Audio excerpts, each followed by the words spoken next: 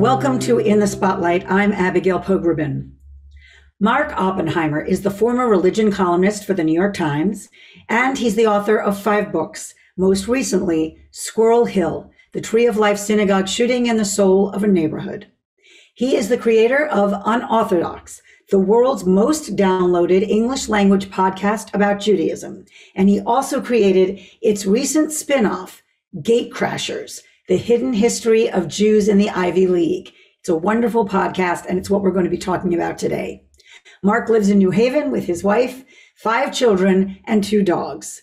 Welcome, Mark. It's great to have you. Thank you. So just full disclosure, this is about Jews in the Ivy League, and you are a product of the Ivy League. I thought we should just put that out there. And you and I share the alma mater. So just as you approached this territory, was it personal for you? Like, what made you actually want to delve into the history of Jewish students in the Ivy League? You know, it's not as personal for me as it is for some other people who tend to, when they know that you went to a place like Yale, remember that about you and figure that you must, you know, that there's special secrets, right? These are schools that are very hard to get into, and they have elitist traditions, and they have big, tall, gated buildings. And so they can seem very mysterious. Having gone to Yale College and then also gone for grad school and taught there for a while, it begins at a certain point to feel like anything in life. It feels quotidian, it feels everyday, it feels normal. And then once in a while, I'll encounter someone who is awed by the place and who reminds me of the reverential place that these schools hold, these 8 Ivy League schools and some other elite schools like them hold in the American imagination.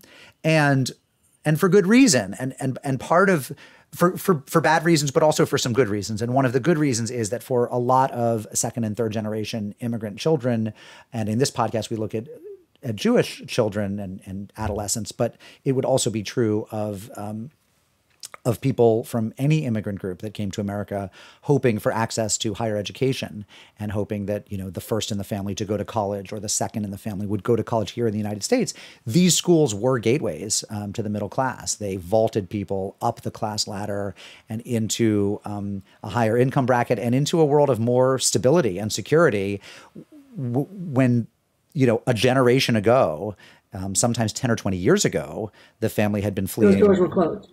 Yeah, the family had been fleeing pogroms, and those doors were closed. So it felt personal to me only in the limited sense that my dad had told me a couple stories of what Yale was like in the 1960s when he was there. I knew a little bit about how, you know, I think a lot of Ivy Leaguers have heard the legend that there used to be anti-Jewish quotas. Often you'll hear it was 10%. And I realized as I embarked on producing this podcast that I believed all that, but I believed it in the way that one believes urban legend. It just seemed that it had to be true. But I didn't know if it was true. I didn't have proof that it was true. And I didn't know if it was true across all the Ivy League schools or just at 1 or 2 of them.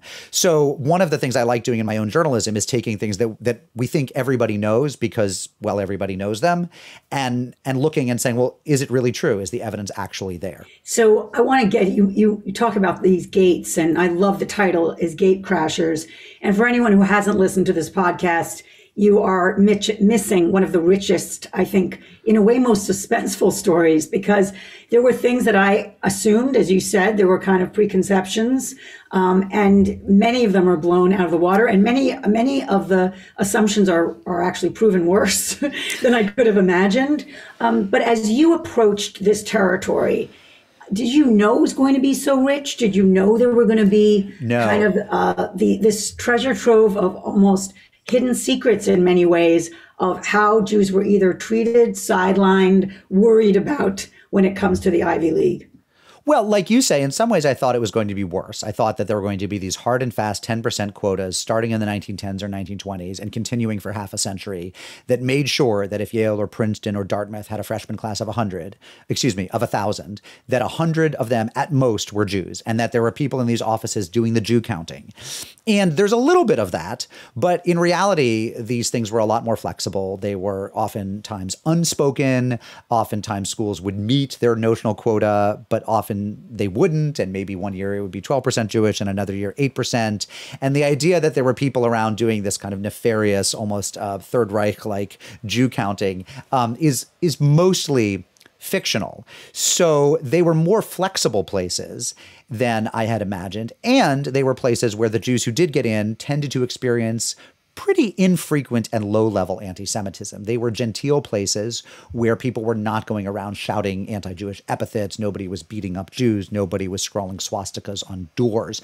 A lot of the things that we still see as the hallmarks of really vicious anti-Semitism were largely absent from these schools for the century that I'm talking about.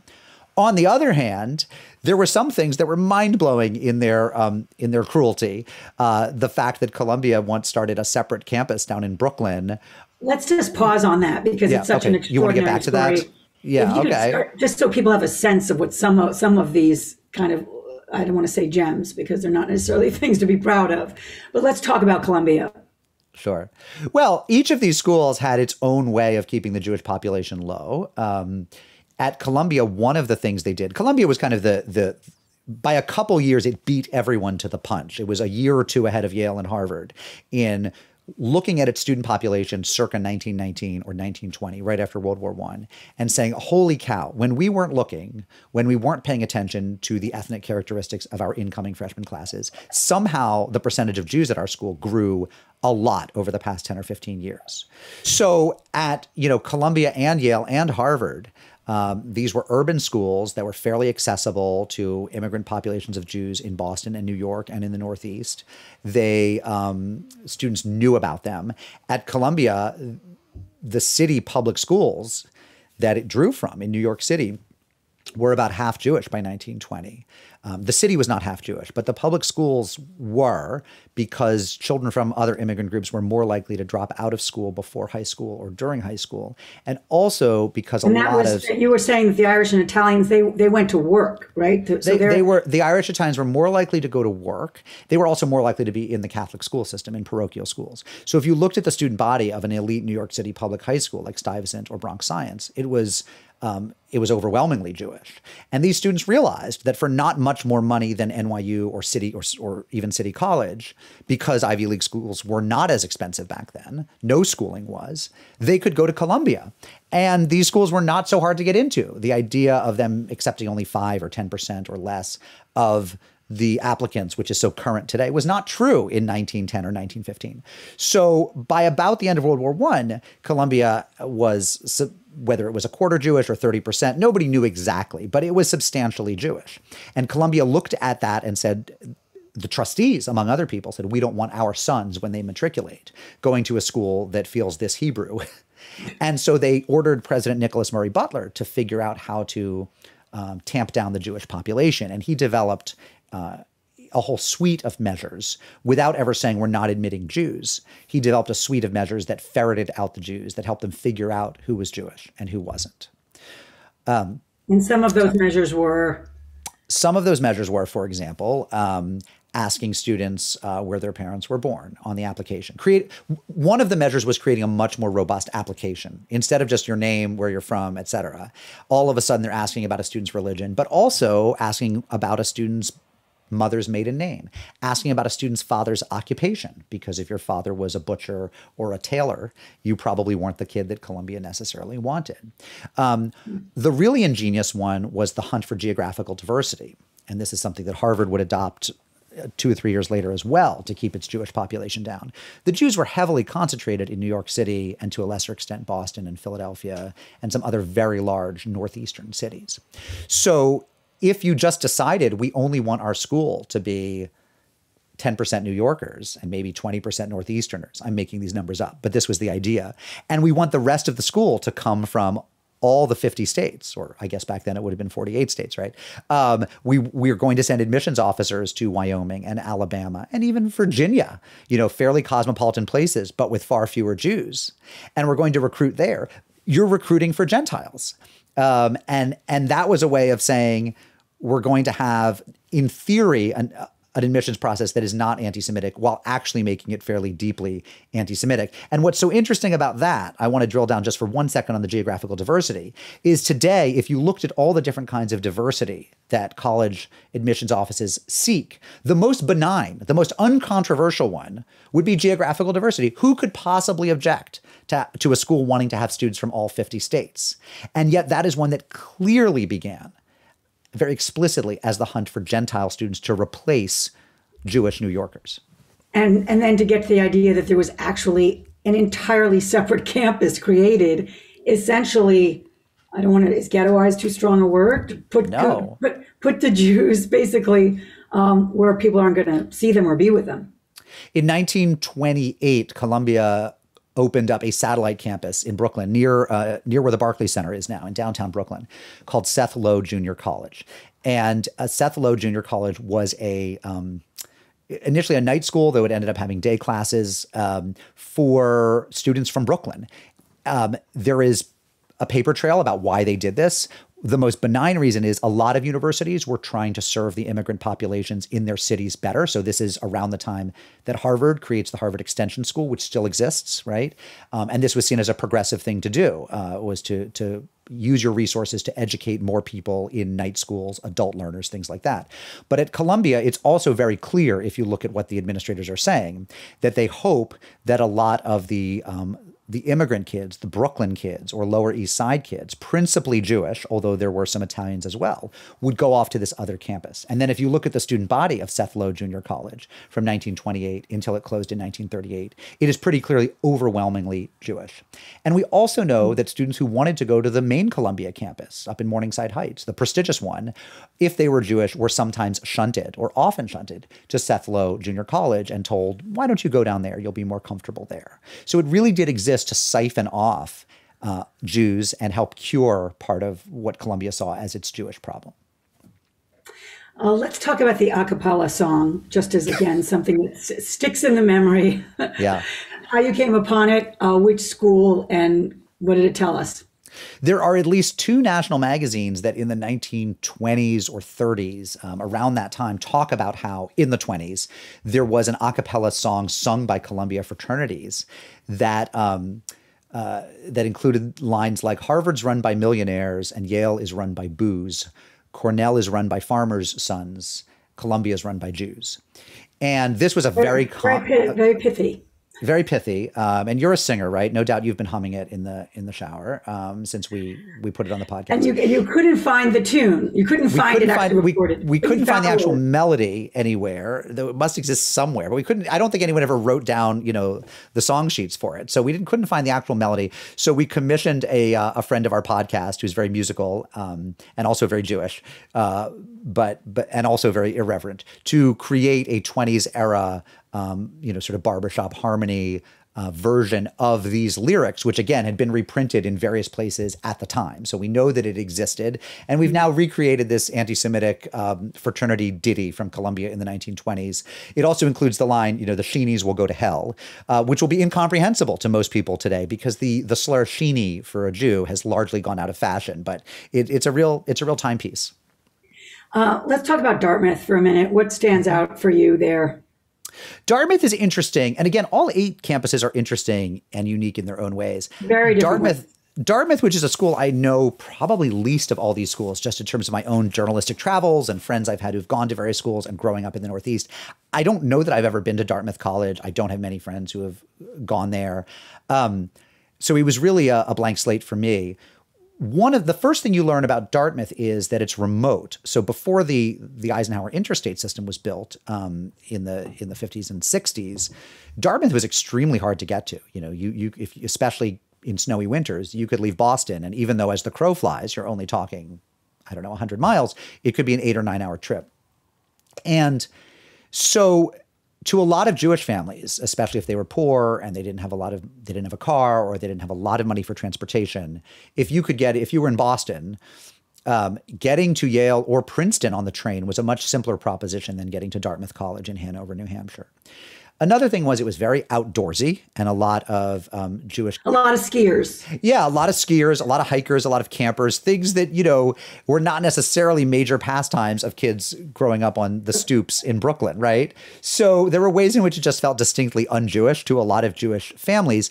And something else that was interesting about Dartmouth was, and this was true of Princeton as well, it had fewer professional schools. So if you're a Jewish kid and you're 16 or 17 years old and you want to go to college, and then you know that you want to be a lawyer or a doctor because you want to get into the middle class. Your dad has been to draw an example from my wife's family, a linotype operator, right, has run a print shop and is smart and has, a middle-class existence, barely.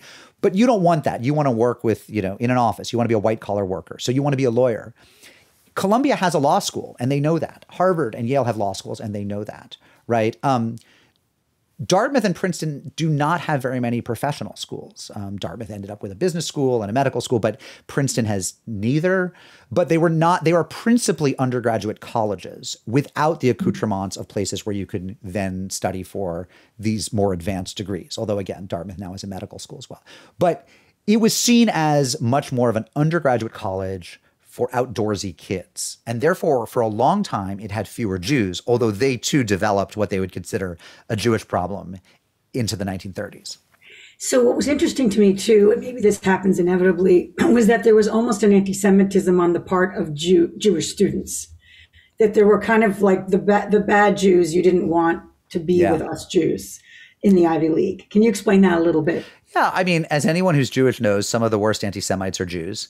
And in the Ivy League, this was certainly true, that Jewish alumni of these schools who felt that who largely had been accepted and had had good experiences there and probably still had friendships from these schools, did not want, and had gone to these schools at a time when they were one of 2% or 3%, and so seemed unthreatening, and nobody talked about the school being overrun by Jews.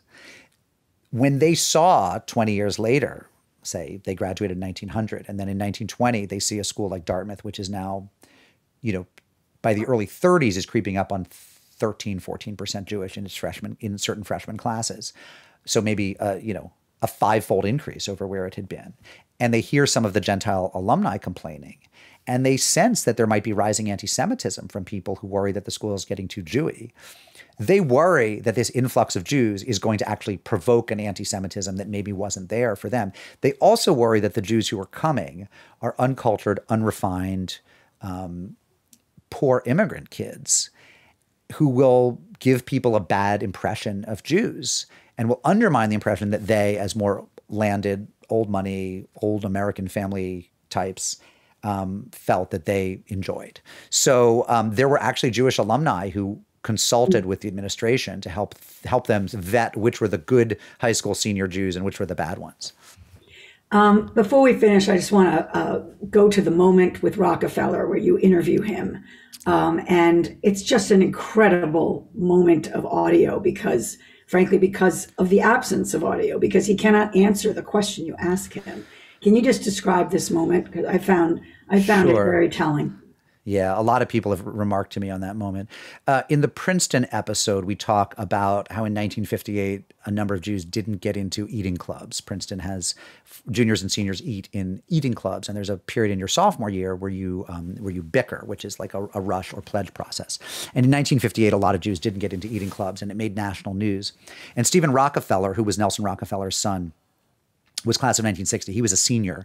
He was in the Ivy Club, which was considered the most elite of all the eating clubs. And he was also president of the Interclub Council, which had to resolve this, had to figure out where do we find spots for these boys, including a number of Jewish students, a disproportionate number of Jewish students, so that they have a place to eat junior and senior year, because the eating clubs were where you ate your last 2 years of college. And he ended up working with a lot of clubs to absorb these leftover excluded students. And I asked him about this, and he talked about it. He talked about the urban legends that some of the clubs had anti-Jewish quotas, which he thinks several might have, but not most. And of course, a lot he couldn't remember. He's in his 80s now. But I also asked him, did you personally have anything against Jews? And I asked him, at the time, people's excuses for why Jews might not get into certain eating clubs was not that they were Jewish, but that they were socially awkward. That they were socially awkward, that they lacked charisma or charm or certain social skills. And I said, did they? And people have to go to the podcast. They really have to go listen, because what you hear is a man who's very soul-searching and very tortured and very reflective about what it was that he felt as a 21-year-old and what he feels now. And of course, ultimately, and I admire him tremendously for his candor and his willingness to talk to me, He, by the way, was a professor of Christian ethics for many years at Middlebury College. He's a guy who ended up spending his life thinking about deep questions about ethics and how to treat other people. But ultimately, you know, what comes out of that interview is that it was all very, very complicated, that there was probably not so much animus against Jews per se, but that on the part of a lot of Princetonians, there was a discomfort with Jews who came from poor or urban backgrounds, or didn't know how to play sports, or didn't necessarily dress the right way. That Princeton was a very conformist place, and if you could fit in, people wouldn't mind that you were Jewish, or maybe even not white, or Roman Catholic, which was less common then, as long as you fit in. But that if you stuck out in any way, including by being too studious and too nerdy, that could be a real problem and people would disdain you for it. So finally, unfortunately, we're out of time. So this answer will have to be succinct, even though it's a huge question. Sure. But we look at the campus landscape today, and I don't have to tell you how many of us parents are fretting about sort of the turn that it's taken in terms of the temperature around criticism around Israel and how that kind of bleeds into kind of a conflating of those who question or criticize the policies of the Israeli government with actually what a Jew is on campus and whether Jews are welcome at tables of social justice, et cetera, all the issues and tensions you know. Do you address that in the podcast at all? Because I know the last 4 haven't posted. Are you looking at the temperature now? We are going to get in the last episode, I think, to questions about campus culture today. One of the things that's most, I think, pertinent to the work we're doing in this podcast that impinges on those questions, though not directly, is how many fewer Jews there are now than in the 80s and 90s. After the quotas largely fell in the 50s and 60s, there was a period where the Jewish population on all these campuses rose up to be 20%, sometimes even higher. At Penn, they think it was maybe over 30%. And so there was a lot of room for Jewish debate and discussion. And also if Jews felt isolated or ostracized because of certain political views or religious views, they had a lot of solidarity because there were so many of them. And that was a real golden age. And now the number of Jews at most of these campuses has probably fallen below 10%, which means there may be fewer there now than there were when quotas were keeping Jews out, which is a kind of poignant irony. Mm. Thank you, Mark Oppenheimer. I hope everyone listens to this podcast. I should mention it's from Tablet Magazine. I should mention that Mark doesn't do this alone. Mark, give us your Havarim. Is it Havruta? Havarim, my friends, who work with me on it. Yes. Oh, well, I mean, Josh Cross is our executive producer, so he's first among equals, and podcasting is definitely a producer's medium. And on this, he's had 2 extraordinary editors who've worked with him, Quinn Waller and Robert Scaramuccia, and they've done interviews for me. They've helped do the research. Ellie Blyer, Leon Crame, Stephanie Butnick and Leah Leibowitz have helped write the scripts with me. They've been my first editors on the script. So it's been a huge team process, and we're really proud of it. Good. Well, everyone should tune in, and thank you so much for being with us. I'm Abigail Pogrebin. It's so good to be with you all on In the Spotlight. See you next time.